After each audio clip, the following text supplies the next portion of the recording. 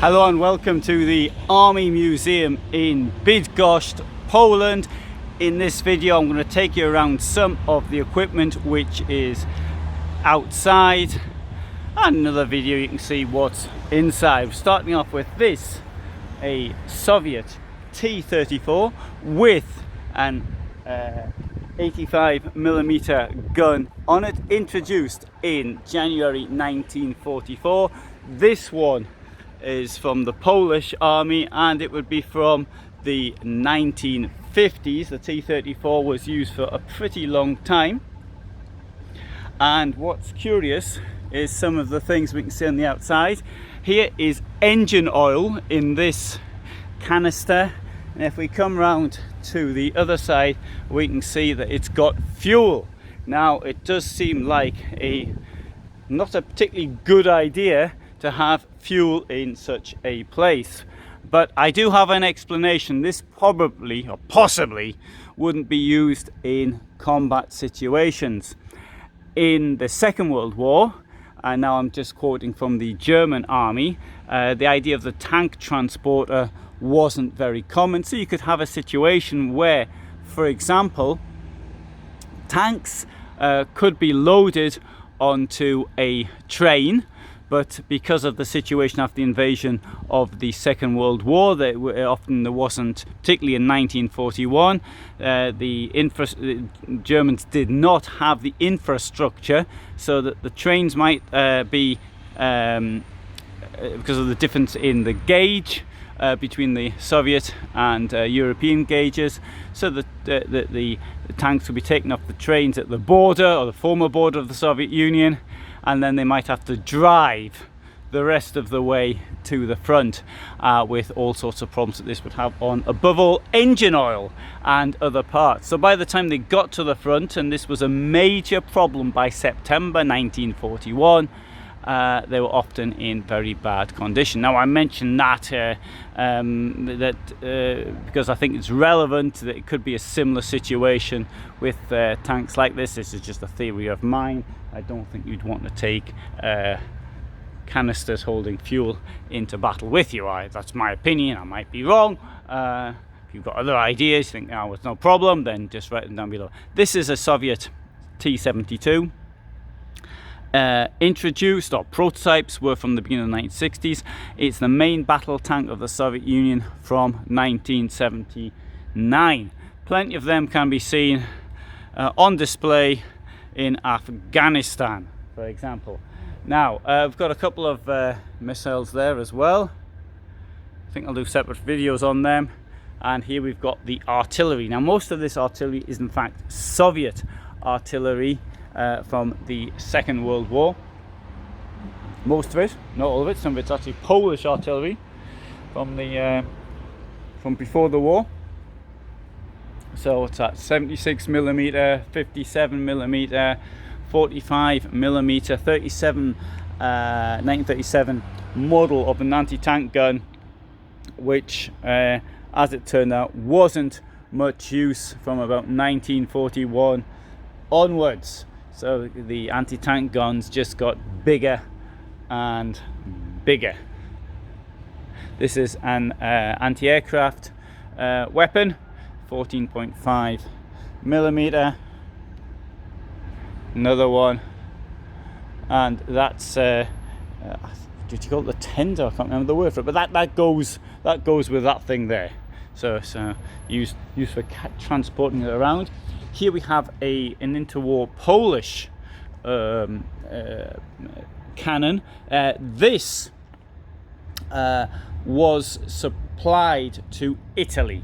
It seems it would have been captured in the September 1939 campaign, and it would have been sent to Italy sometime by the Germans, and this was actually in Siena for some considerable time, and it then found its way from Siena to here in November 2016.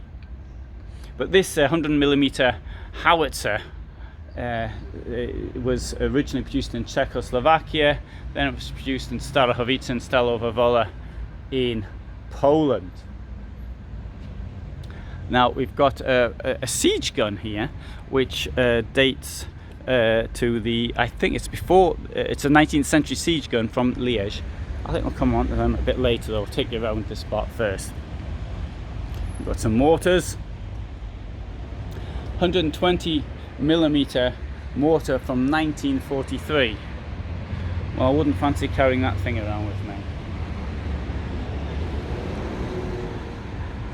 A mortar on wheels, rocket launcher, heavy artillery here, or heavier, 152mm howitzer from 1943.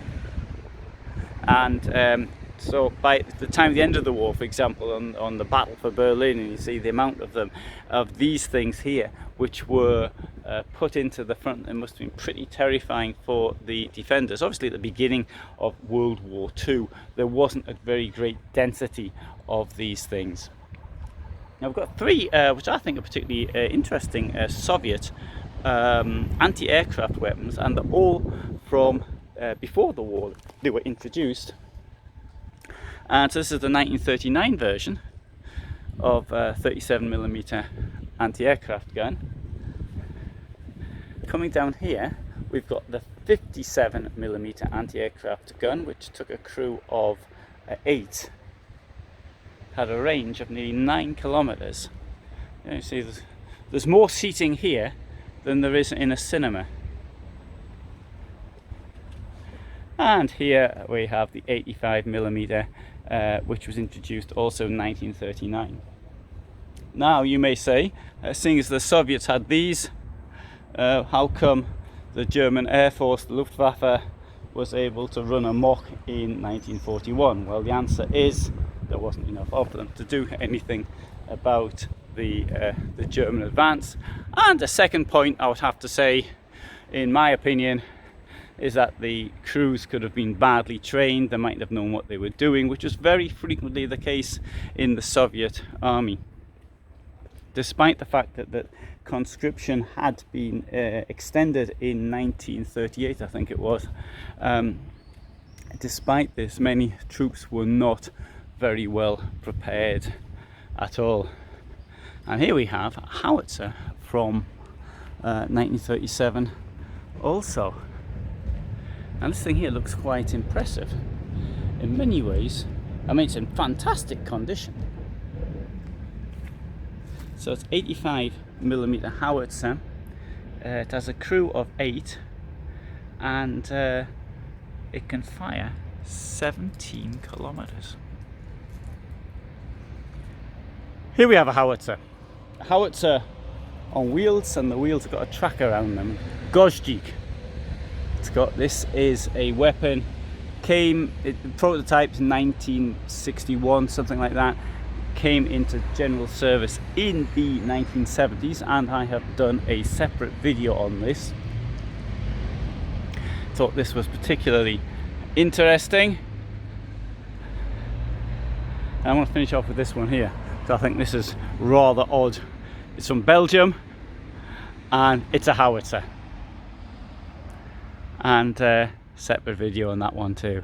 Right, so this is the Army Museum in Bydgoszcz in northern Poland, and I hope you found that of interest. I do lots of videos on military things, history obviously, and military history, so I hope that you will consider subscribing. Thanks very much for watching.